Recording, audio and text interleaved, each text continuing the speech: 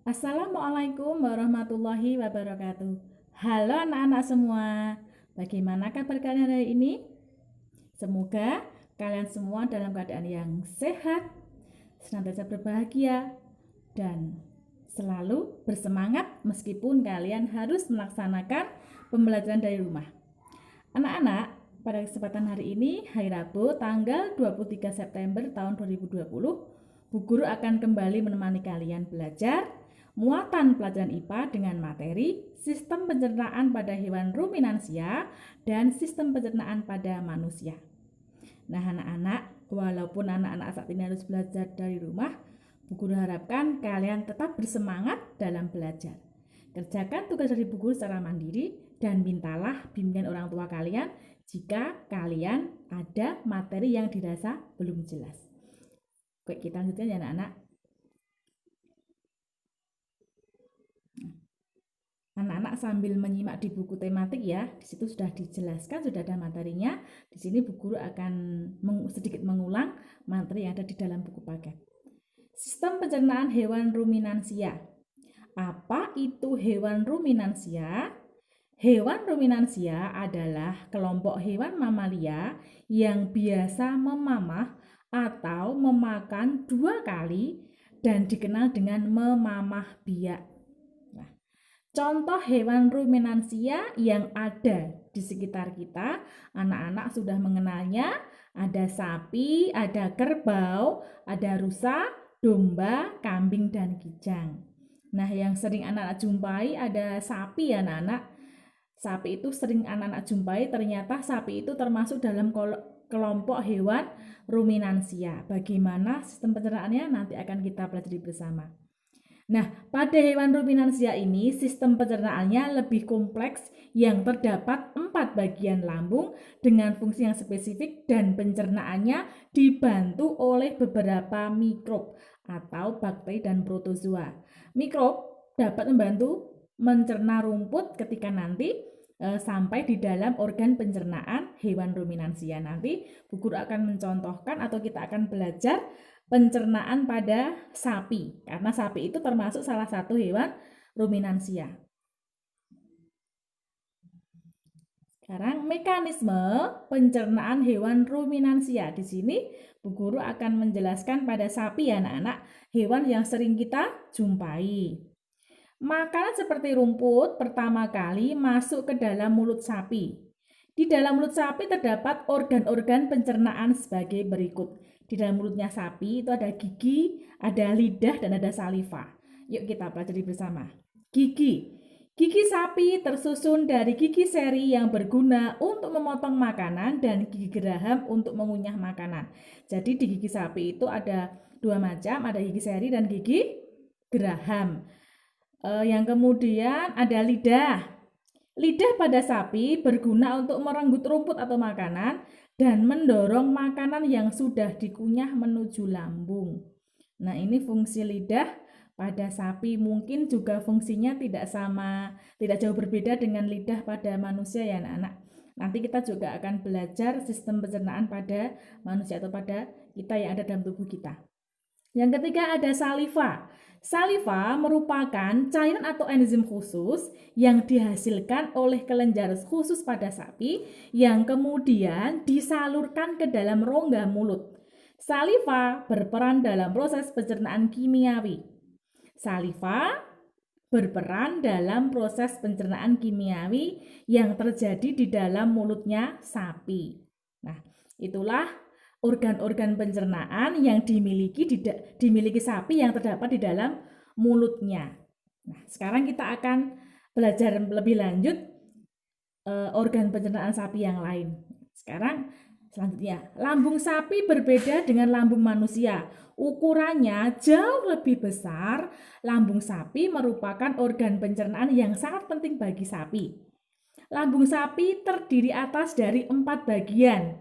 Ada rumen, retikulum, omasum, dan abomasum. Oleh karena itu, sapi itu dikatakan memiliki 4 perut. Ada apa saja?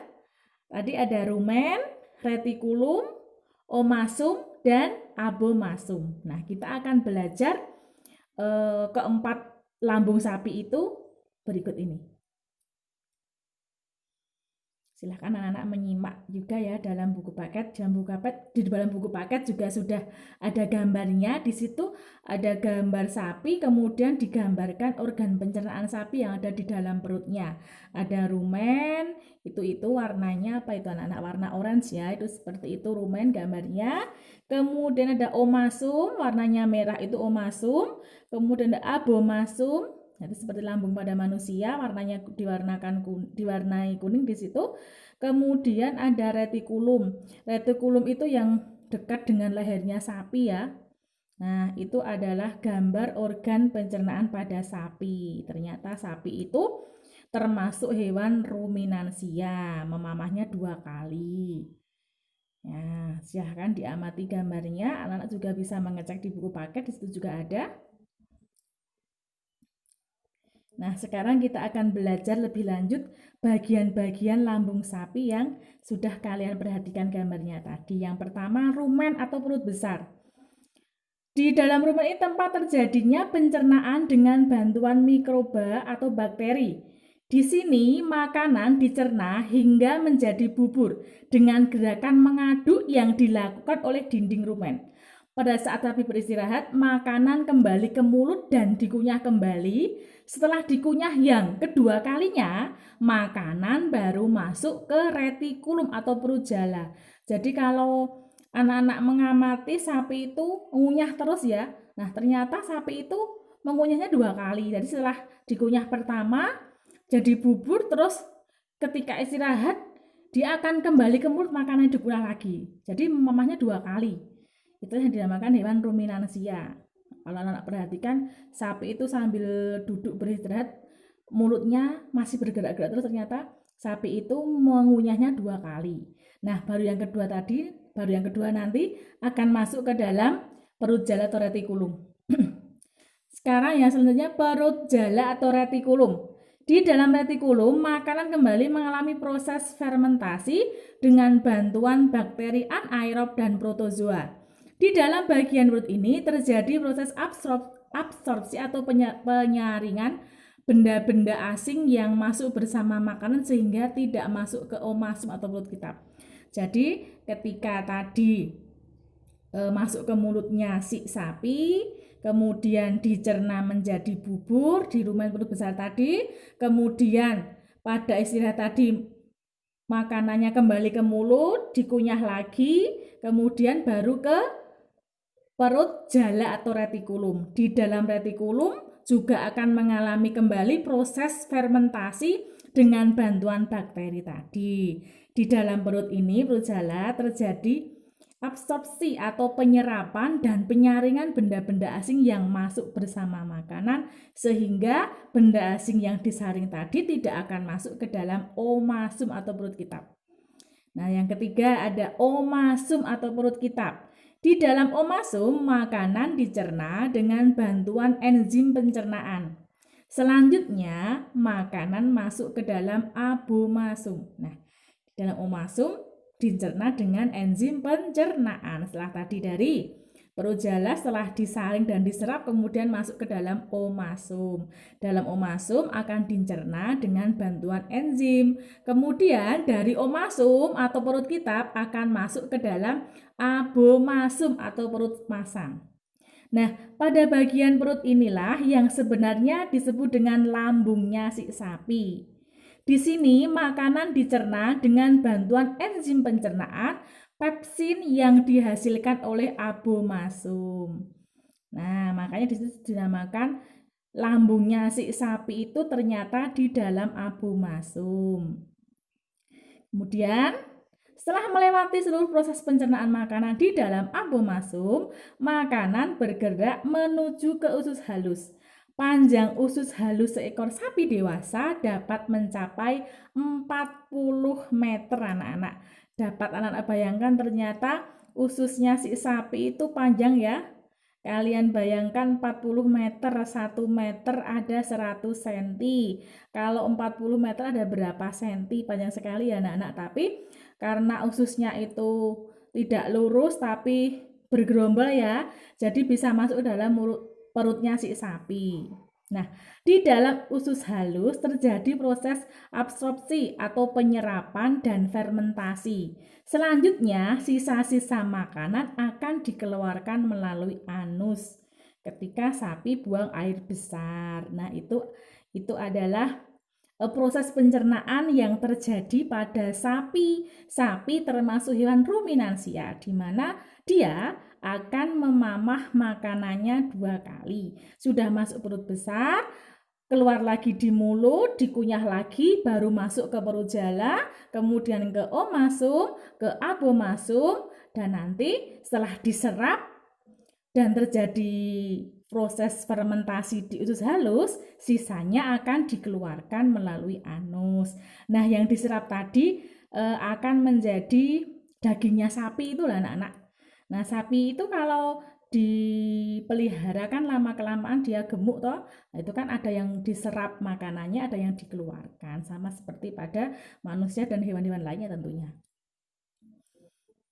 Nah, itulah tadi sistem pencernaan yang terjadi pada hewan ruminansia, di mana tadi kita sudah belajar sistem pencernaan pada sapi. Nah, sekarang kita akan belajar sistem pencernaan pada manusia atau pada kita. Anak-anak tahu tidak sistem pencernaan yang ada dalam tubuh kalian? Ada yang tahu? Oh ya, ternyata nanti ada bagian-bagian sistem pencernaan kita yang membantu proses pencernaan kita mulai dari kita mengunyah sampai nanti kita buang air besar. Nah, salah satu ciri makhluk hidup adalah memerlukan makanan. Makanan yang telah dimakan akan diuraikan dalam sistem pencernaan menjadi sumber energi, komponen penyusun sel dan jaringan, serta nutrisi yang dibutuhkan oleh tubuh. Sistem pencernaan merupakan salah satu sistem kompleks yang terdapat di dalam tubuh kita. Nah, apa saja bagian-bagian dari sistem pencernaan kita? Marilah kita pelajari bersama yang mungkin anak-anak belum tahu. Ternyata sistem pencernaan kita itu tidak hanya mulut, nanti di dalam perut kita ada bagian-bagian penting yang membantu pencernaan makanan kita. Nah, di situ anak-anak bisa melihat gambarnya, juga di buku paketnya ada ya anak-anak, gambar sistem pencernaan pada manusia dimulai dari mulut. Makanan yang kita kunyah itu masuknya melalui mulut. Di dalam mulut kita kunyah, kita makan sampai lembut, sampai menjadi bubur, kemudian akan masuk ke kerongkongan. Setelah masuk ke kerongkongan, ini kerongkongan itu di leher ini yang bisa kalian pegang itu, kemudian akan terdorong masuk ke lambung kita. Tuh, itu gambar lambung seperti itu. Tentu saja tadi lambungnya manusia dengan lambungnya sapi jelas sangat berbeda. Lambungnya sapi jauh lebih besar daripada lambung manusia. Kemudian setelah dari lambung akan masuk ke dalam usus halus, di mana nanti di usus halus itu terjadi proses penyerapan atau penyaringan sari-sari makanan. Kemudian akan masuk ke usus besar dan kemudian akan dikeluarkan lewat anus anak-anak. Nah, ini anak-anak setiap hari mengalami proses ini, tapi mungkin anak-anak belum paham ya, dari mulut kemana, namanya apa, masuknya kemana, sampai proses pembuangan lewat anus.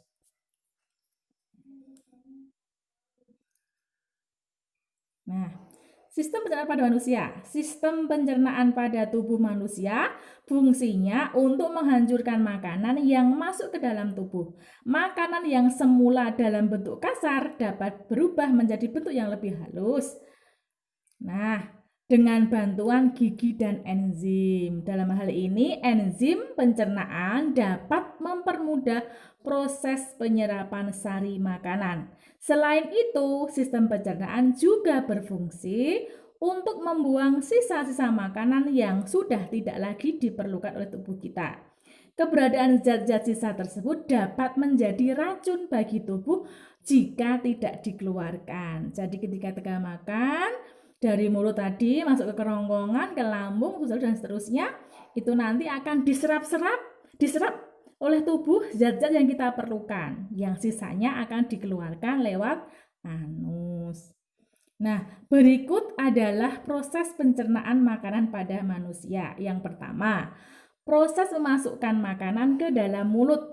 di dalam mulut nanti kita akan mengunyah dengan bantuan gigi, dengan bantuan enzim, dan nanti dengan bantuan lidah kita. Kemudian proses menelan makanan terjadi di kerongkongan sini anak-anak. Proses pemecahan makanan dari zat yang kompleks menjadi molekul-molekul yang lebih sederhana dengan bantuan enzim yang ada pada lambung. Jadi setelah mulut, kerongkongan ke lambung. Kemudian proses penyerapan sari-sari makanan yang terjadi di usus halus. Nah, tadi di usus setelah dari lambung kemudian masuk ke usus halus itu akan diserap. Akan diserap zat-zat yang kita perlukan. Kemudian yang keenam, proses pengeluaran sisa-sisa makanan yang sudah tidak diperlukan oleh tubuh melalui organ anus. Jadi dalam usus halus diserap zat-zat yang kita perlukan, kemudian sisanya akan dikeluarkan lewat anus. Nah anak-anak, demikianlah penjelasan dari Bu Guru tentang sistem pencernaan pada hewan ruminansia, tadi pada sapi, dan juga sistem pencernaan pada manusia. Nah, anak-anak, sebelum Bu Guru undur diri, Bu Guru tidak henti-hentinya akan selalu mengingatkan kalian untuk senantiasa menjaga kesehatan kalian dengan cara mencuci tangan dengan sabun, memakai masker jika kalian terpaksa keluar rumah, dan juga olahraga teratur agar tubuh kalian sehat dan kuat, imun kalian meningkat yang insya Allah akan menghindarkan kita dari virus corona. Kita berdoa bersama semoga pandemi ini segera berakhir sehingga kita bisa kembali belajar tatap muka seperti biasanya. Anak-anak, kiranya hanya ini yang dapat Ibu sampaikan kepada kalian. Kita sambung lagi pada kesempatan yang akan datang. Jangan lupa untuk selalu belajar dan bersemangat meskipun harus BDR atau belajar dari rumah. Sekian dari Bu Guru. Wassalamualaikum warahmatullahi wabarakatuh.